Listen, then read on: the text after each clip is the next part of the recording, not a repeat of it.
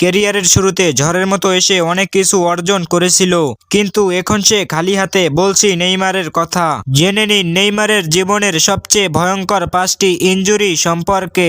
5 নম্বরে রয়েছে 2013 সালে পিঠের ইনজুরি। বার্সেলোনার লিগ ম্যাচে ফাউলের কারণে পিঠে বড় ধাক্কা লেগেছিল, তার ব্যথায় খেলার ছন্দ নষ্ট হয়। 4 নম্বরে রয়েছে 2016তে বার্সায় অ্যাঙ্কেল ইনজুরি।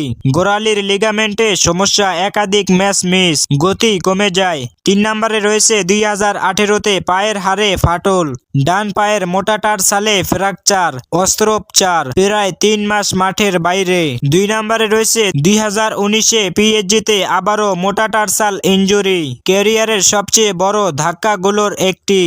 1 নম্বরে রয়েছে 2014 বিশ্বকাপে ব্রাজিলের হয়ে পিঠের ইনজুরি, কলম্বিয়ার বিপক্ষে ভয়ঙ্কর ফাউল, মেরুদণ্ডের কাছে আঘাত, বিশ্বকাপই শেষ হয়ে যায়। সেখান থেকে এখনো নেইমার মাজা সোজা করে দাঁড়াতে পারে না। এভাবেই আস্তে আস্তে খেলার ছন্দ হারিয়ে যায়। তবে নেইমার 2026 বিশ্বকাপের জন্য ফিরতেছে আগুন রূপে।